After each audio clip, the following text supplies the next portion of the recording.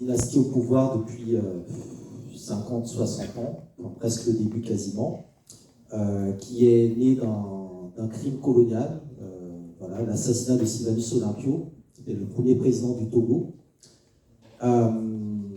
Depuis cette période, le Togo est un pays verrouillé, qui va constamment se renouveler en jouant par le jeu de la diplomatie, par le jeu des médiations, par le jeu des conférences internationales. Ça, vous avez quelques pays africains qui sont des vraies forteresses dont les dirigeants vont développer une diplomatie entre guillemets continentale. Donc il y a le Togo d'Eyadema, il y a eu le Gabon de Bongo Père et quelques autres pays comme ça qui en fait se font passer pour les parrains du continent africain. Alors lorsque effectivement les sanctions ont été imposées par la CEDEAO aux États du Sahel, le Togo c'est le pays qui a refusé d'appliquer les sanctions. Alors il faut quand même souligner qu'un autre pays s'est largement opposé à pas mal de choses, notamment l'intervention militaire, c'est le Cap-Vert. On en parle très peu, mais le Cap-Vert est un pays très intéressant aussi à suivre. On en parle très peu, mais ils sont aussi présents. Le Togo y a vu en fait un moyen, je pense, de faire ce que j'appelle du pan-african washing. C'est-à-dire que depuis quelques temps, il y a beaucoup de gens qui utilisent le panafricanisme pour se refaire une virginité. Donc à un moment, c'était l'écologie, à un moment, c'était la démocratie. Donc aujourd'hui, c'est le panafricanisme. Tout le monde est panafricain, même les pires autocrates se proclament panafricains. Et ils ont besoin de caution. Et dans ce paysage-là, l'AES peut servir de caution, parce que l'AES a effectivement un retentissement, une image panafricaine. Il y a un autre pays qui est un peu dans cette situation, mais un peu différent, qui est le Tchad. C'est-à-dire que le Tchad et le Togo sont les deux pays. Alors, le Tchad n'est pas dans la CEDEAO, donc le Tchad c'est un peu différent, mais sont les deux pays qui ont semblé montrer une certaine proximité avec les États de l'AES, alors que le Tchad et le Togo sont des piliers de la France-Afrique, encore plus peut-être que la Côte d'Ivoire ou le Sénégal. Le Tchad parce que c'est là qu'il y a la base principale de l'armée française. Et Idriss Déby, remplacé par son fils, était vraiment l'un des agents de la France à ce niveau-là. Et le Togo, parce que c'est également la base des opérations d'intelligence. Le Togo travaille beaucoup avec l'État israélien. Le Togo infiltre beaucoup d'espace. Et le Togo traque toute forme d'opposition. Et le panafricanisme apparaît effectivement comme une proie intéressante. Ensuite, il y a des relations personnelles entre Robert Dussé et donc le ministre des Affaires étrangères du Togo et d'autres personnalités. Des carnets d'adresses qui ont été ouverts. Donc vous avez cité effectivement Alain Foucault, donc un ancien journaliste, grand journaliste de RFI, qui a quitté RFI, donc Radio France Internationale, pour créer son propre média, qu'il a inscrit dans un cadre panafricain et qu'il a également associé des clubs Mansa. Et qu'il a donc inauguré récemment à Kinshasa. Donc on voit effectivement des alignements d'intérêts, de figures, de personnalités, de régimes qu'on n'avait vraiment pas du tout vu défendre le panafricanisme quand le panafricanisme se prenait des coups et qui aujourd'hui, voyant le panafricanisme ayant le vent en poupe, se réorientent dessus. Et pour nous militants, ça pose de vraies questions, en tout cas pour nous militants intègres, ça pose de vraies questions, parce que nous produisons des idées, nous menons des combats que l'impérialisme a les moyens d'acheter et que l'impérialisme tente d'acheter. Voilà. Moi, à titre personnel, j'ai été invité au congrès panafricain de Lomé. Bon, j'ai évidemment refusé et décliné, poliment et diplomatiquement, mais ça montre encore une fois qu'il y a une vraie tentative de hijacking, de récupération de la question panafricaine par les forces france-africaines, et ça va même jusqu'à Macron qui explique que le français est la langue du panafricanisme, etc. Donc il y a vraiment un enjeu qui est très particulier autour de cette question-là, et moi je le vois en étant un peu dans les tirs croisés de beaucoup de choses et de beaucoup de gens. Mais sur le Togo, il faut aussi comprendre une chose, et c'est valable aussi pour les liens des dirigeants de l'AES, par exemple avec Paul Kagame au Rwanda. Ça pose des problématiques parce que les Togolais qui voyaient, en tout cas les résistants togolais qui voyaient l'AES comme un espoir panafricain se disent Mais si le panafricanisme, c'est être allié avec le régime qui nous oppresse, on n'en veut pas. Et je vois aussi des Congolais qui commencent à dire, mais si c'est pour aller à l'investiture du président rwandais, si c'est ça que fait l'AES ou le Sénégal, on n'en veut pas de ce panafricanisme-là. Donc il y a le risque, s'il n'y a pas un cadrage idéologique clair autour de la question du panafricanisme, que ces approches opportunistes ou fondamentalistes ne mettent le panafricanisme dans le gouffre. Et c'est en ça que les dirigeants de l'AES devraient avoir une certaine éthique sur cette question du panafricanisme, ou tout au moins clarifier les choses. Évidemment, quand vous êtes enclavé, vous avez des intérêts, c'est-à-dire que vous gérez par rapport à vos intérêts. Et donc, si les intérêts commandent que c'est par le Togo que vous allez vous en sortir, vous passez par le Togo. Ce qui n'est peut-être pas, du point de vue des dirigeants de l'AES, quelque chose relevant du panafricanisme et de la survie de leurs États, mais que le gouvernement togolais va lui utiliser comme étant, voilà la preuve que nous soutenons le panafricanisme de l'AES. Plus le fait, effectivement, que le Togo a lancé ce qu'on appelle la décennie des racines africaines, de l'afrodescendance, etc. Donc tout un projet qui a un peu du soft power autour du panafricanisme, qui pose beaucoup de questions. Mais effectivement, il y a, pour moi, un enjeu central qui se pose à Lomé. Je pense que le Togo est la clé de voûte de tout ce système. Et qu'il faut réellement poser la question des récupérations du panafricanisme. Ça vaut aussi pour d'autres régimes.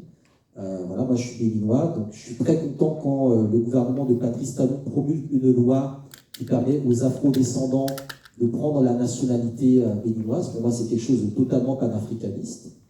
Pourtant, le président béninois n'est pas spécialement panafricain, mais ce sont fait des mesures qui permettent de créer la confusion, de créer le doute et de gagner l'image. Pareil, au Cameroun, les gens vont vous dire, mais Paul Biya est un grand panafricaniste parce qu'il y a Afrique Média. Oui, non. On ne peut pas dire les choses ainsi. Ce n'est pas parce qu'il y a des mesures qui permettent les choses que... Non. En revanche, il est du ressort des dirigeants de l'AES de faire en sorte que dans le territoire de l'AES, on puisse réellement développer un panafricanisme qualitatif en toute sécurité. Donc c'est à eux de mettre en place les conditions pour que cela soit possible. Et ça, ce panafricanisme qualitatif, il y a des gens qui sont plutôt dans une approche marchande et business de ce panafricanisme-là, qui ne veut pas qu'il y ait de la qualité dans le panafricanisme, parce que cette qualité-là ne va pas dans le sens d'une idéologie d'enrichissement et de prédation. Alors, je ne connais pas spécialement la biographie ou le passé panafricain des dirigeants actuels de l'AES, donc je ne vais pas spécialement m'étendre dessus, mais ce qui est certain, c'est que dans les armées africaines, dans toutes les armées africaines, il y a des Thomas Sankara qui sont présents. Moi, je prends un exemple où j'avais donné une conférence au Niger il y a quelques années, c'était sur une place publique, et c'était au lendemain, en fait, d'une activité où il y avait eu un peu de grabuge. Et donc, quand on est arrivé sur la place publique, les militaires qui avaient pris position nous ont dit que notre manifestation était interdite. Et qu'on a commencé quand même à déployer notre banderole, qu'ils ont vu Sankara sur la banderole, mais là, les militaires ont changé d'avis en disant « Ah, mais Sankara, lui, on le connaît, nanana. » Et là, ils nous ont dit « Nous, les militaires, on vous autorise à faire la manifestation, mais c'est pas nous qui décidons, c'est les politiques. Donc, allez voir le préfet là-bas. Si le préfet nous dit que vous pouvez faire la manifestation, nous, on va vous sécuriser parce qu'on est d'accord avec les idées de Sankara. » Donc, on a été voir les gens, les politiques, et évidemment, les politiques ont dit hors de question. Donc, on voit bien que dans toutes les armées africaines, il y a des courants, comme je disais, qui sont révolutionnaires, même si socialement parlant, l'armée est une institution conservatrice, réactionnaire et anti-progressiste. Donc, maintenant, ce sont des dirigeants qui ont leur personnalité, qui ont leur parcours. Ils sont jeunes. Il y a beaucoup de questions qui peuvent se poser pour la suite, puisque l'un des enjeux, notamment des textes que j'ai cités, et notamment du principe des transitions, c'est d'interdire aux dirigeants qui ont géré les transitions de se présenter aux élections présidentielles une fois à la fin de la transition. Or, on voit qu'il y a des pressions populaires, les gens disent on veut IB 10 ans, on veut IB 20 ans, etc. Bon, c'est un peu compliqué quand même. Donc, la question sera aussi de voir comment vont-ils gérer leur entourage, parce que dans bien des cas, c'est aussi l'entourage qui crée des formes de mégalomanie, des formes de s'éterniser au pouvoir parce que les proches profitent, les proches, etc. Donc, quelle est leur gestion de leur entourage? quelle est également leur, comment dire, leur ligne, je dirais, idéologique. Et surtout, ça a été évoqué par Inem Richardson, dans quelle mesure une AES construite peut également aider à libérer d'autres territoires. Parce que ça aussi, c'est un des enjeux. Un territoire n'est libéré que quand il est en capacité d'aider d'autres territoires à se libérer. Et c'est pour ça que la base de la révolution panafricaine, c'est la révolution haïtienne, quand Dessalines proclame l'indépendance d'Haïti, et que plus tard, les Haïtiens vont aider Simon Bolivar à libérer ce qui constitue aujourd'hui la Colombie, le Venezuela et l'Équateur. Donc cette notion de la solidarité internationale, je pense qu'elle est importante, et il faut que nous, à notre niveau, ou à nos différents niveaux, nous poussions dans ce sens-là, en sachant qu'il y a quand même beaucoup d'intérêts qui ne veulent pas un panafricanisme qualitatif, une vision critique des choses, et en même temps, je dirais, une capacité à penser cette renaissance panafricaine avec un point d'interrogation. Je voulais ajouter quelque chose. Monsieur Edmond Jouve, qui était professeur universitaire français, il m'avait dit un jour que De Gaulle était panafricain. D'autre côté, monsieur Bandakani, qui travaille à Afrique Média, comme Afrique Média est financé par Guinée équatoriale, alors ils ont dit que le président de Guinée équatoriale est panafricain. Voilà la situation. Merci. Je crois qu'on va conclure. En tout cas, j'aimerais une dernière, s'il vous plaît, soyez bref. Merci. C'était juste, en fait, on a beaucoup parlé du Sénégal. Effectivement, moi, j'avoue que je suis sénégalais et j'ai été très impliqué dans les politiques lors de l'avènement du PASTEF, qui veut dire rien d'autre que le patriote africain du Sénégal pour le travail, l'éthique et la fraternité. C'est-à-dire le pouvoir qui est aujourd'hui en place au Sénégal, c'est exactement le même pouvoir qu'on a aujourd'hui dans les États de l'AES. Sauf que dans l'AES, ils sont militaires et ils sont civils au Sénégal. Parce que la fondation de ces deux co-présidents au Sénégal, c'est des jeunes fortement panafricanistes, chevillés au cœur, et qui accidentellement, en fait, se retrouvent dans un pouvoir où le pouvoir est inversé. C'est-à-dire celui qui est Premier ministre est censé être président et c'est le fondateur du panafricanisme sénégalais.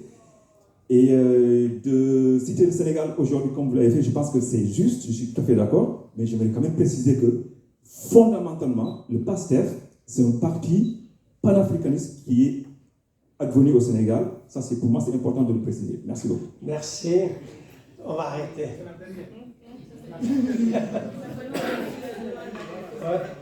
Mais